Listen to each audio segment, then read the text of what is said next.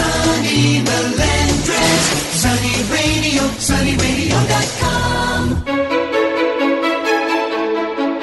Hello, and welcome. This is the all-new Sunny Melendres Show.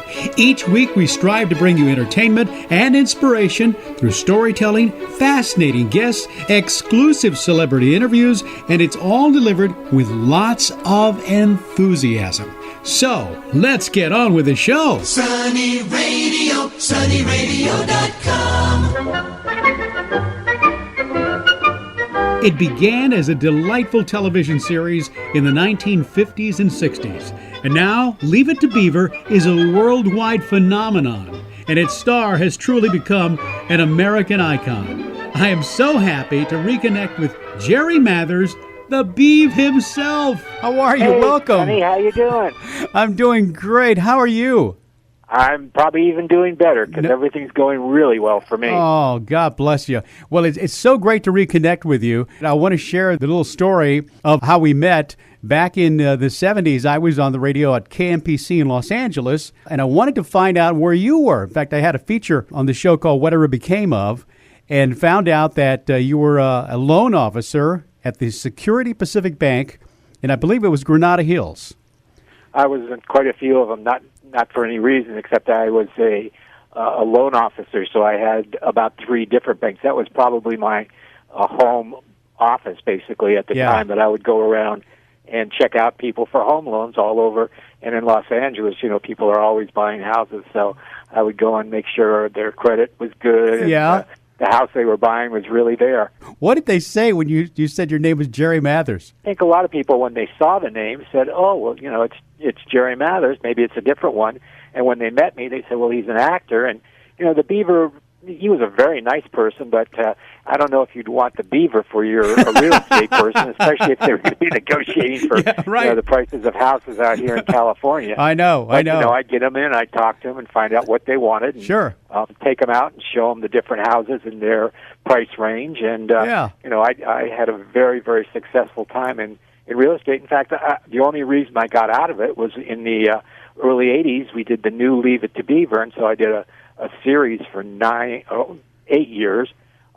So I was working full-time doing a series. Right. So that's the really only reason I got out of real estate. Well, I'm sorry to derail you, but it was great insight there. So back to the story of how we met. So I called you. You were so nice, and I said, I'd like to take you to lunch.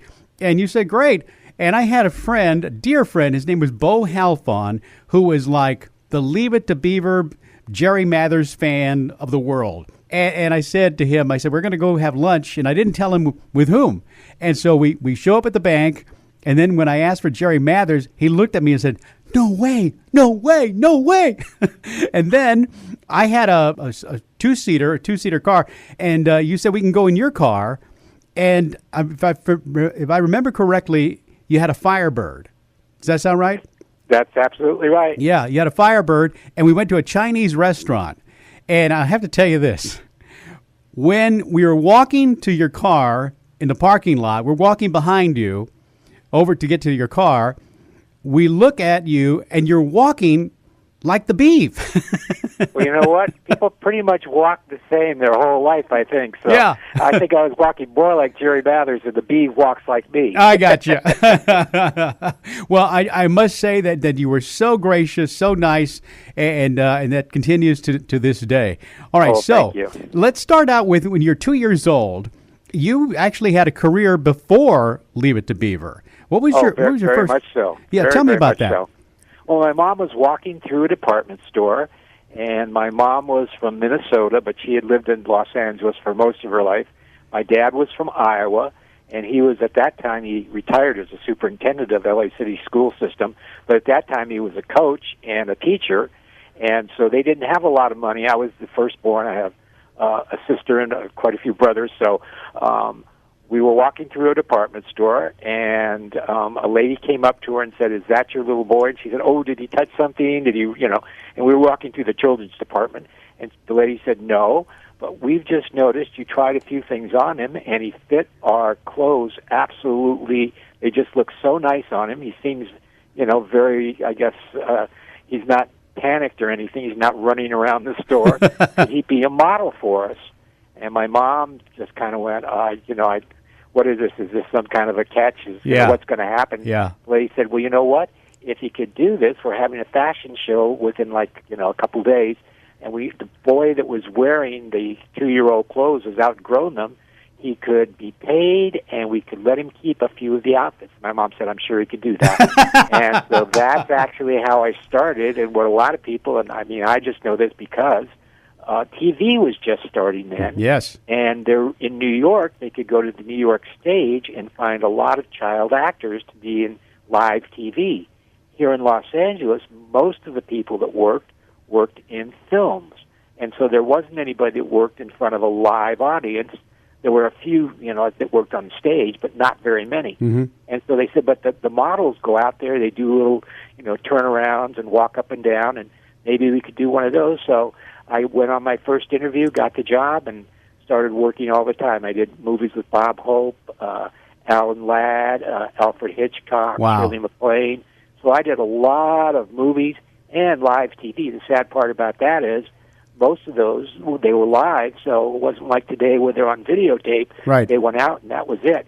But I worked all the time before Leave It To Beaver on both movies and television. Isn't that something? And the whole time you had, I guess when you started school, you had tutors who Right, were... I had a private tutor, which is, basically the education of the kings and queens of Right. Europe, because they get the very best teachers, because it pays a little bit more, not a whole lot more. Sure. But it's, a very prestigious job. So Yeah. if you're at the first grade, you have one of the best, and the LA Unified School District is a huge school district. Right. You have one of the best teachers. She makes sure that you are up to grade, and even if beyond. In fact, after I finished Leave It To Beaver, I went to high school, but I'm a graduate of Berkeley. Yes, I know. It's amazing how you stayed the course and really were very mature in that way. When it came to Leave It To Beaver, you're what, 5, 6 years old, or 10 years old? How old are you then? I was about 8, I think, when I actually did the original pilot, but it took them a while to sell it.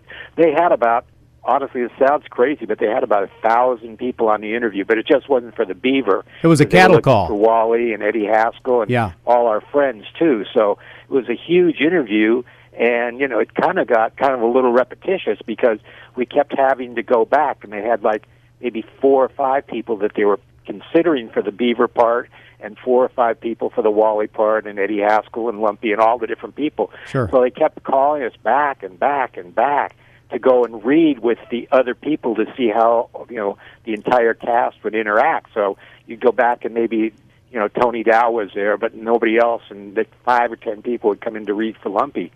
So it was getting to be, kind of an odd thing. Sure. You didn't know that they were really considering you, but at the very end, I was the last one standing. In fact, the funny part is, for the pilot, which is before you start doing 39 a year, Right. Tony Dow wasn't even in it. There was another boy, but he grew to be from 5 feet or 5'2" to over 6 feet by the time they got ready to do the actual series. So he's in the pilot, but then they replaced him with Tony Dow. Wow. Tony Dow had only been in one other movie, or one other, I guess it was a television show. Mm-hmm. It was called Johnny Wildlife. It was kind of like Tarzan, and he played the part of the boy, because what he really was a champion swimmer and diver. In real life. In real life. Wow. That's what he wanted to be. And he went on this interview because they said they were looking for someone who was very athletic for this other one.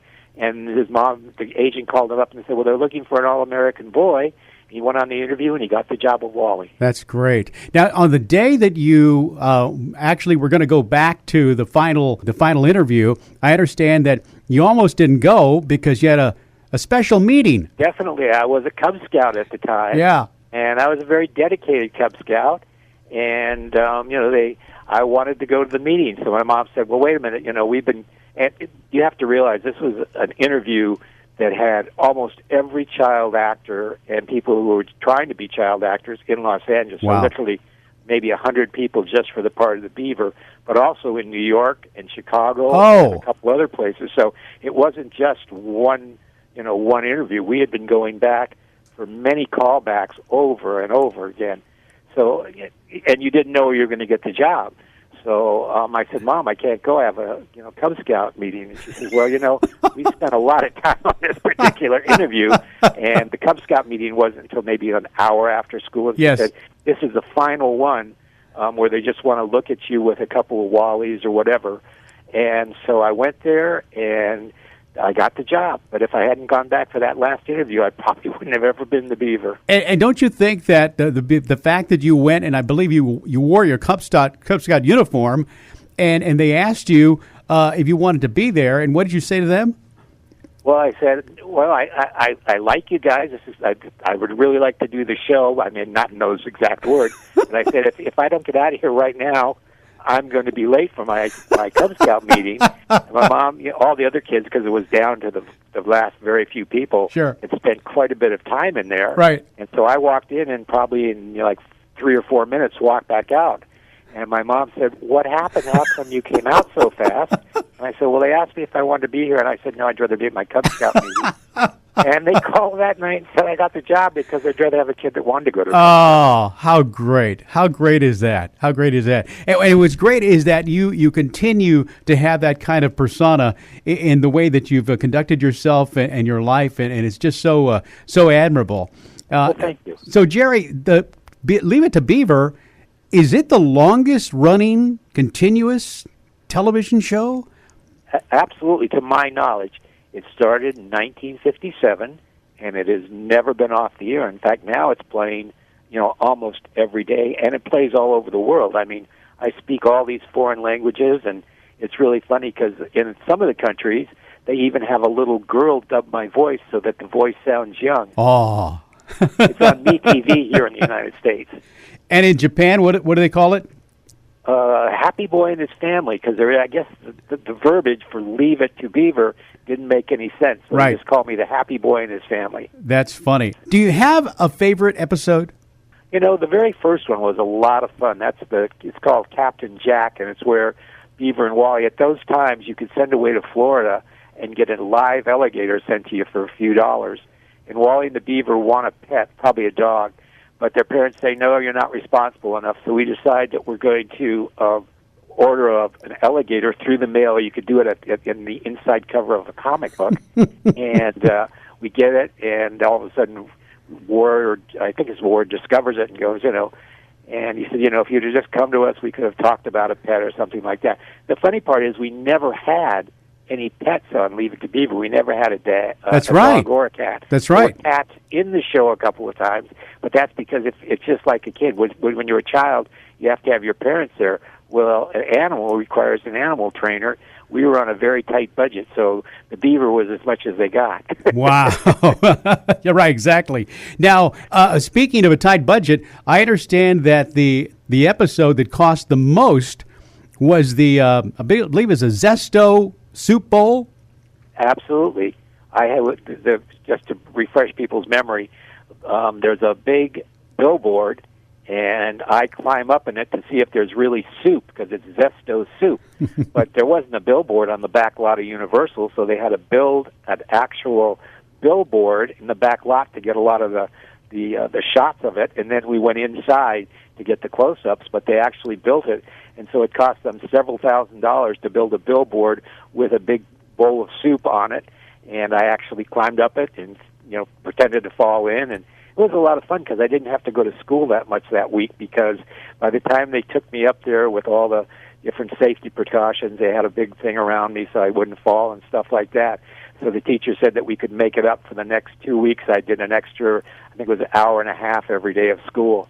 That's great. That's great, and I love that even while you're up there, and then they're calling the fire department, and now Wally and Eddie Haskell and his friends, they don't even know that it's you. And no, they're just thinking, boy, what kind of a stupid kid would fall into a teacup or a soup bowl? Oh, that's great.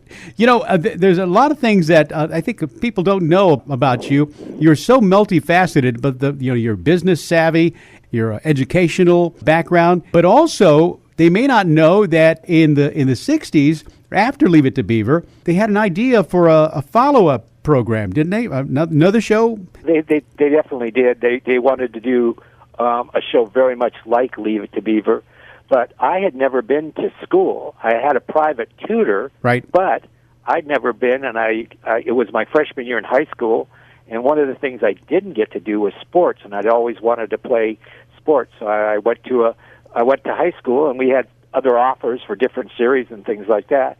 But I was on the football team and the track team, and had a really good experience being together, because when I was doing Leave It To Beaver from basically the first to the 8th grade, because I had done movies in between there sometimes, I had never really been in a classroom.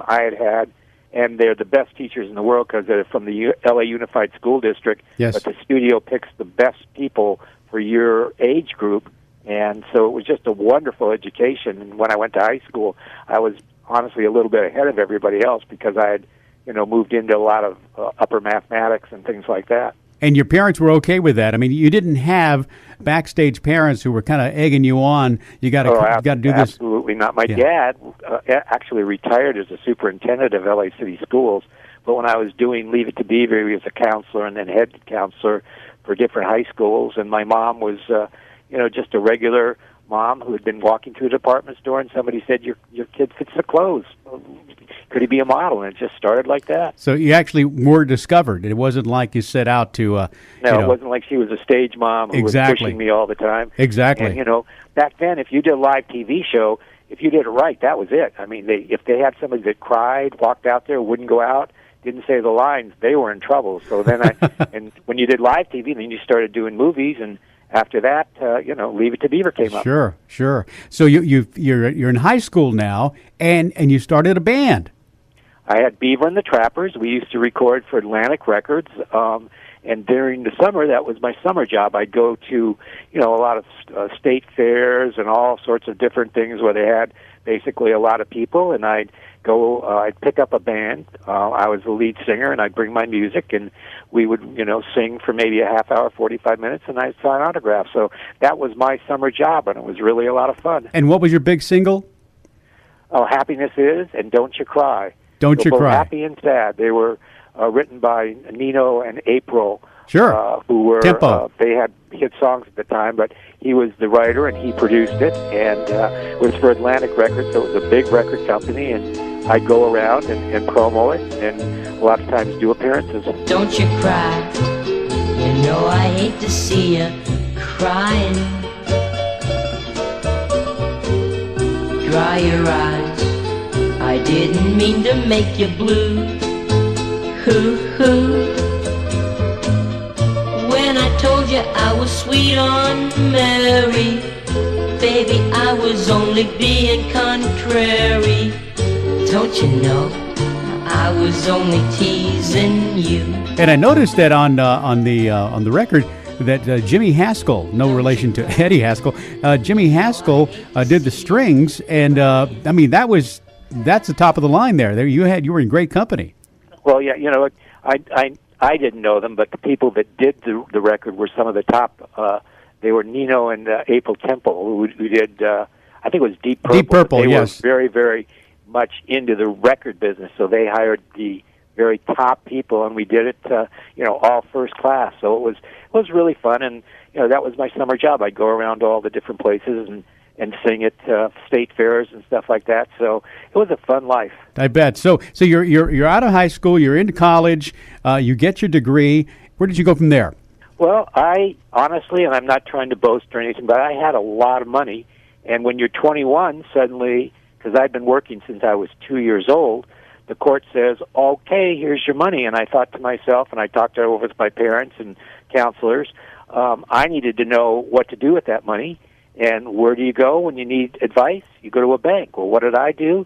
I joined a bank, and I became an operations officer and a loan officer. I'd gone to Berkeley at the time, so I had a degree, and I did that for several years, and I became a loan officer, and I was making very big, loans to people to buy houses here in California. And I thought to myself, this is my check, and this guy, I just made him a loan, and he's going to sell this property, and he's going to get how much money? Oh, my, I think I'll do that. And when I did that, my time became a lot freer, and I decided that I could do some acting jobs, and they came to me. And then we did the new Leave It To Beaver, and there's 100 episodes of that. And it was me being a father, and I had a son like Wally and the Beaver and Tony Dow. who played Wally in the show, had a little girl, Right. so there was a more feminine side to the Leave It to Beaver show, and we did that for 6 years. But it was fun for me because I got to go back, and of course, sadly, Hugh Beaumont had passed away, but I got to see Barbara Billingsley and Ken Osmond and Frank Bank, and it was really like a great reunion, and it was just so much fun. And suddenly I got to move into a part that, it was like I'd been an understudy all my life. I played the Beaver, and now I got to move into the Ward part. He was actually a preacher before he became an actor, right? Well, he was a Methodist minister, and he came and he went down, and he had what he wanted to do was start a congregation, but for some of the poorest and most needy, the drunks in downtown L.A. And, of course, they couldn't support a ministry, and he became Michael Shane. Now, a lot of people don't know it anymore, but Michael Shane, before movies, in the movie theaters, they used to have what they called shorts, and Michael Shane was this really tough detective that, if he wanted information, he grabbed you by the collar and whatever. So it wasn't anything like a minister at all. It was like this really tough detective. So when he got Leave It to Beaver, he was really happy because I think that showed him much more in his, kind of guiding spirits when he would take the Beaver in and talk to him. I think that's the way. And he still was an active minister when we were doing Leave It to Beaver. Now, I didn't at that time have a church because he was working in a full-time job, but he used to go on Sundays and do like guest sermons at different churches in the area. How beautiful.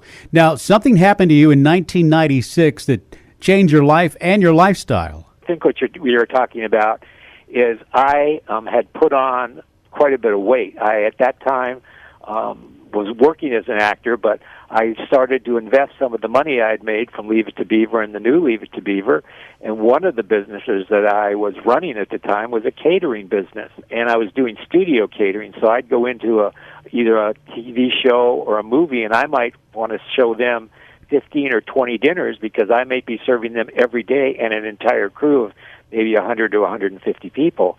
So I started eating a lot, and I put on a lot of weight.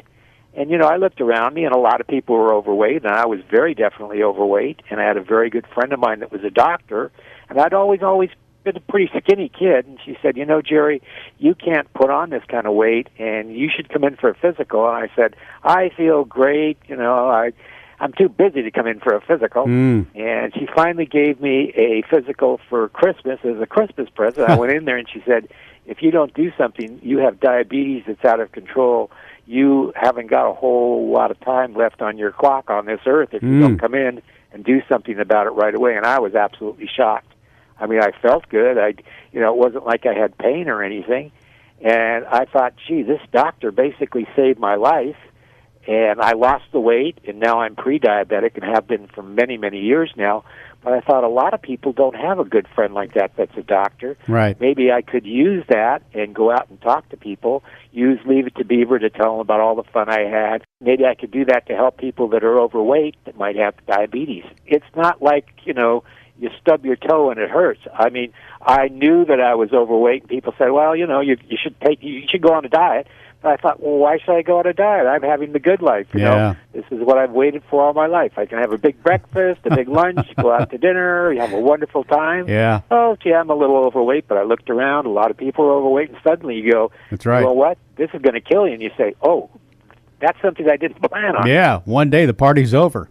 Well, listen, Jerry Mathers, you are just the exact same person that I met back in the 1970s. There are a lot of people who through their business, especially in show business, become American icons. You certainly fit into that category, but you also fit into the category of being a role model for young people, for people my age, for people who literally, want the best for themselves, their family, their life. And I just commend you for all that you've done on behalf of all your fans. And also our country. So, it's just a privilege, basically, and I realize what a privileged life I've had, that I've been, in some ways, have people look up to me, but, I've tried to do my best my whole life, and I was just so lucky to be able to be a part of Leave It to Beaver, which is just such a wonderful show, and has so many good moral lessons for kids and things that were happening to kids in the 50s and 60s. People say it was a different time, but those same basic things are still happening today. Amen. Amen. All right, Jerry. Well, I hope to have another conversation with you in the not-too-distant future. Keep on keeping on, and God bless you on everything that you're doing. Thank you very much. Anytime. All right, Jerry. Talk to you soon. Bye-bye. Thank you. Bye-bye. That's my visit with the Beave. You'll find more about Jerry Mathers by visiting sunnyradio.com/show, where you can also subscribe to my podcast so you don't miss an episode. Till next time, I'm Sonny Melendrez, and just in case anyone tries to give you the business, here's a little tip from Wally and the Beave. Boy, Beaver, wait till the guys find out you were hanging around with a girl. Boy, they'll really give you the business. But gee, Wally, you hang around with girls, and the guys don't give you the business. Well, that's because I'm in high school. You can do a lot of stuff in high school without getting the business.